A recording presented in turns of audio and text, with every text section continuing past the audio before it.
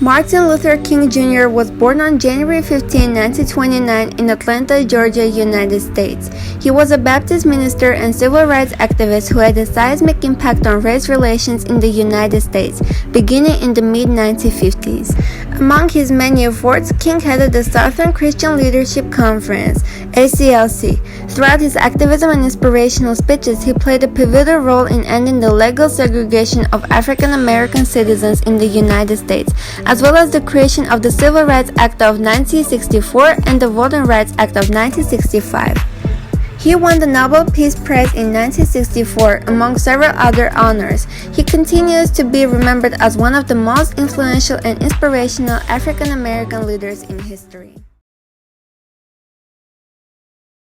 Martin Luther King Jr. was actually born as Michael King Jr. Michael King Sr., his father, a minister at Ebenezer Baptist Church in Atlanta, visited Germany in 1934 and became inspired by the Protestant Reformation leader Martin Luther. King Sr. began calling himself and then later his son Martin Luther King. When Martin Luther King Jr. received a Nobel Peace Prize for combating racial inequality throughout nonviolence, he was just 35 years old, the youngest man at the time to do so. The SCLC, an organization formed to aid the growing civil rights movement, elected King as its president in 1957. He led the group from its inception until he was murdered in 1968. Founded on Christian values, the SCLC sought to advance the cause of the civil rights movement, but in a peaceful way. Inspired by the teachings of Gandhi, King operated on Christian principles without violence. He traveled across the nation, visiting cities for speeches and protests. During these 11 years, King also wrote 5 books and published many articles. Although King was admired by many, he was seen as a threat to American security by police officials. He went to jail nearly 30 times, arrested for acts of quote-unquote civil disobedience, including the time he was jailed in Montgomery, Alabama in 1956 for driving 5 miles per hour over the speed limit. Even the FBI had concerns. Paper trails showed that the agency had continued efforts to thwart King's progress.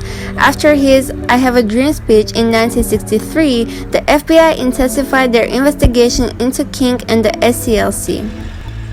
In 1983, President Ronald Reagan signed a bill that would establish a nationally observed holiday in remembrance of King. He is the only non-president to have received such an honor.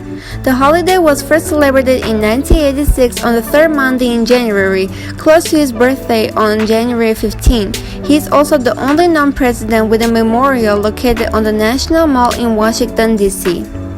During his lifetime, King received 20 honorary degrees from colleges and universities across the U.S. and around the world. In 1963, he became the first African American to be named Time Magazine's Man of the Year.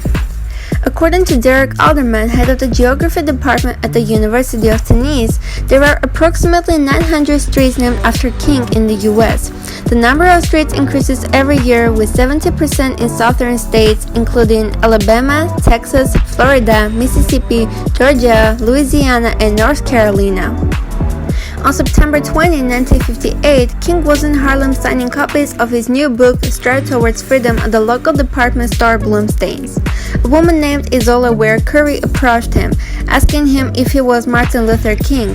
When he replied yes, she said, quote, "I've been looking for you for 5 years," unquote, and stuck a letter opener into his chest.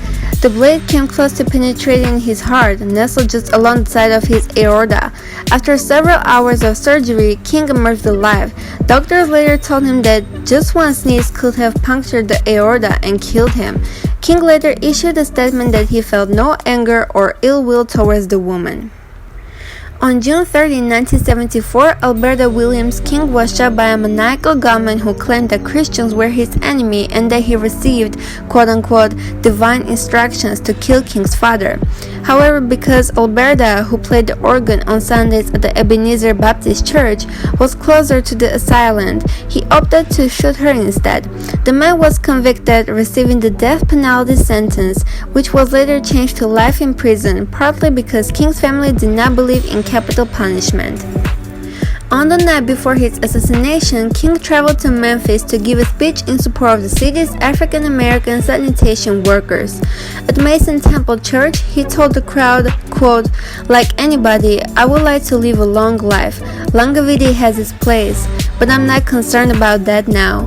I've seen the promised land. I may not get there with you, but I want you to know tonight that we, as a people, will get to the promised land. And I'm happy tonight. I'm not worried about anything. I'm not fearing any man. Mine eyes have seen the glory of the coming of the Lord," unquote.